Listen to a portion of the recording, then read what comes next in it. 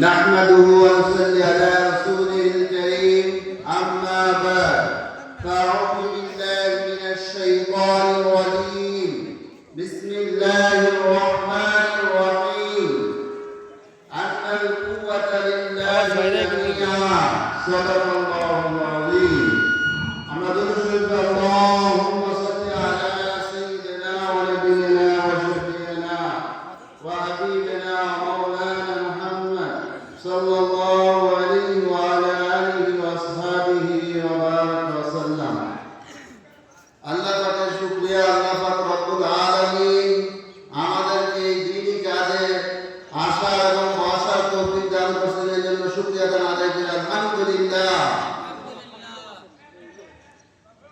আপনাদের সবাইকে জানাচ্ছি আমার অন্তর থেকে বাংলা শুভেচ্ছা ও অভিনন্দন। যারা আছেন এবং যারা আছেন সবাইকে দিনের খাদেম বানান, আল্লাহ দিনের জন্য কবুল ফরমান। এই গণসমাবেশকে আল্লাহ হেদায়েতের জরিয়া করেন। আমরা একমাত্র আল্লাহর ইবাদতের উদ্দেশ্যে একত্রিত হয়েছি, কোনো দুনিয়ার কোনো উদ্দেশ্য নেই। আল্লাহ আমাদের সকলকে কবুল করেন।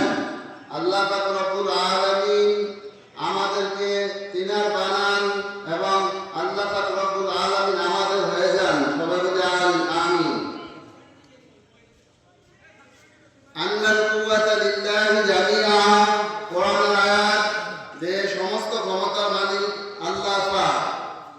আর আমরা কি বলে থাকি, স্লোগান দেয় মানুষ কিভাবে আলেম ছাড়াই একবার দিয়েন না, বুঝছেন? সমস্ত ক্ষমতার উৎস জনগণ।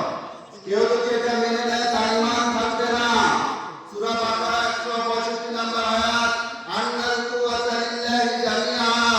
এই কোরআনের আয়াতকে অস্বীকার করা হচ্ছে এই কথার মাধ্যমে। কথা ঠিক কি না? আমি বলতে চাই আল্লাহ রাব্বুল আলামিন আমাদের কোরআন সুন্নাহ অনুযায়ী তৌফিক দান করেন।